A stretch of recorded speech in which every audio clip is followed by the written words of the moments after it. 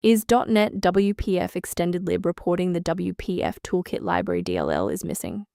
I'm Sophie Chen, a senior Windows developer. I've identified the library gap and have the professional fix ready. Before we get into the manual guide for Wpftoolkit library, you can try the suggested utility for improving overall system health. This is the Wpftoolkit library, a collection of specialized UI controls for the Windows Presentation Foundation, WPF, framework, e.g., DataGrid, DatePicker. It is a mandatory dependency for older .NET business applications. If missing, the application will crash, citing an assembly load failure, Xceed.Wpf.Toolkit, as the custom UI components cannot be rendered. Now let's apply the fix by reinstalling the shared system library. Since this involves a protected library, we should use the standard Windows repair protocol.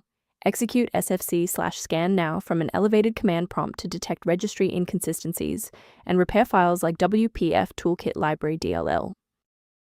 When a standard reinstall doesn't cut it, we move to advanced diagnostic steps to ensure the system is properly configured. A quick reboot can determine if the error is transient.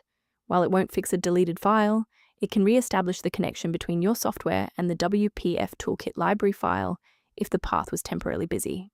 Make sure to save your spot by bookmarking this video or hit the like button before you restart so you don't have to search for it again. Following the restart, if the diagnostic status remains unchanged, please execute the commands in step 3. If you need to pause the video to review the syntax, please do. Rebooting didn't reconnect the runtime links, so let's go into the control panel and refresh the library files. First, go to Control Panel, then select Programs and Features. Second, find every Microsoft Visual C++ redistributable, 2005 through 2022. Third, right-click each and select Change, then select Repair. If that fails, download the latest all-in-one VC++ redistributable package from Microsoft's website. Please note that for DLL files with numbers, the number tells you which version to repair. For example, 120 equals 2013. As we finalize the restoration, it's important to observe standard security protocols regarding system files. Be suspicious of any site that asks you to disable your antivirus to install Wpftoolkit library DLL, as this is a major red flag for malicious software. To support your system's overall health without the complexity of manual directory management, a maintenance utility is a solid option. Review system security and background process optimization concepts using the maintenance kit linked below for Wpftoolkit library.